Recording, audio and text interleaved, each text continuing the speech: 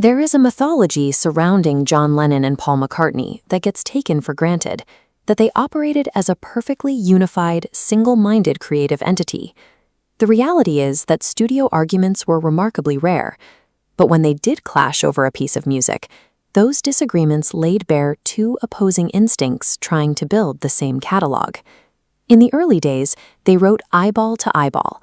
One would bring a verse, and the other would supply or fix the bridge. Paul brought in the song "I Saw Her Standing There," with the opening line, "She was just 17, never been a beauty queen." John laughed it out of the room, replacing it with the far superior, "You know what I mean." The fault lines appeared early.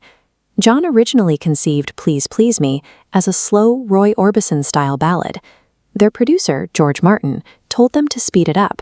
The band listened, and the fast version became their first real #1. Paul embraced the commercial tempo that gave them a hit. John, however, would later express regret about tempo choices on their early tracks, believing a faster pace sacrificed the honesty of his lyrics. This set the baseline for their entire conflict. Paul trusted the finished product, and John trusted the feeling. By 1966, that shared perspective was fracturing. Songs began arriving at the studio mostly finished, and during the sessions for She Said, the tension snapped. John was writing about an intense, acid-fueled conversation he'd had with Peter Fonda. Paul had not shared that drug experience. Unable to connect to the material, he argued with John, walked out of the recording session, and left George to play the bass. They were two distinct individuals, and the central question of their partnership became whether the other person's input was even wanted anymore.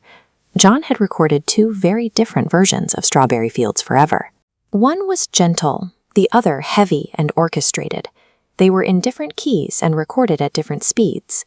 John told the engineers he wanted both versions bolted together. This was an impossible demand in an analog recording studio, but Paul's champ embraced the engineering challenge. They used deliberate varispeed manipulation, slowing one take and speeding up the other, to make the pitches and tempos match. They applied that same mechanical problem-solving to A Day in the Life. John had a haunting verse about reading the news. Paul had a chipper, totally separate fragment about waking up and catching a bus. Neither was a complete song, so they forced them together, leaving an empty 24-bar gap in the middle of the track.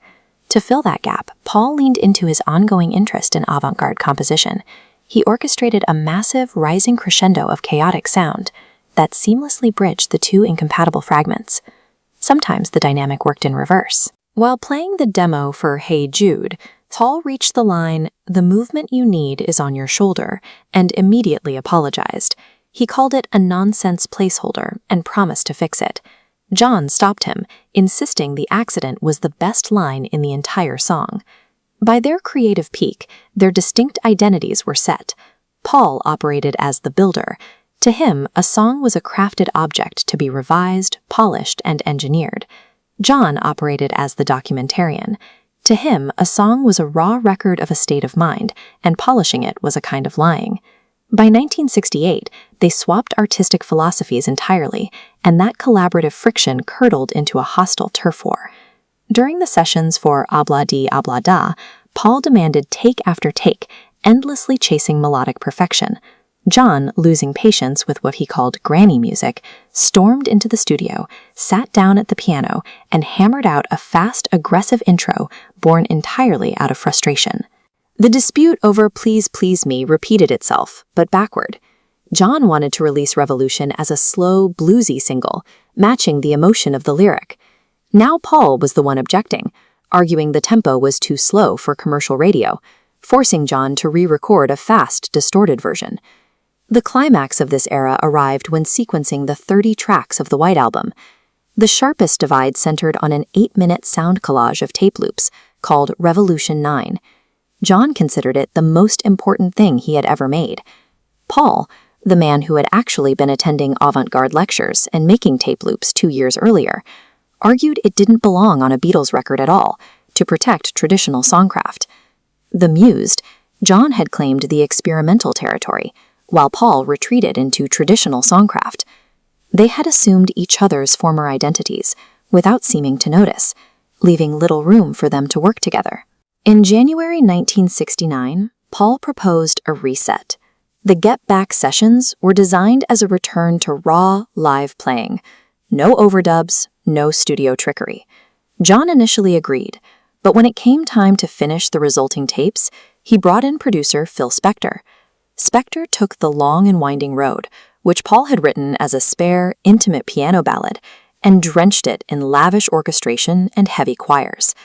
Paul objected to the unauthorized production in the strongest terms. The original premise was zero production. The finished album was buried in it. The Beatles' catalog was not the product of unified harmony. It existed because two incompatible theories of what music should be were forced into the same room and made to argue. When they finally stopped arguing, the band died. Wait, I almost forgot to mention our Beatles store. Yeah, we've collected our favorite Beatles treasures all in one place. The link is in the video description and the first comment. It's a great way to support this channel and get some great prices on some Beatles merch. Lots of great gift ideas for that Beatles fan in your life. Yeah, and if you see something you like, you can treat yourself. The link to our store is in the video description and the first comment. And if you have a browser handy, go to BeatlesRewind.com and that will get you to our store. Beatles forever. Until next time, when you listen. Your mind conducts its own symphony.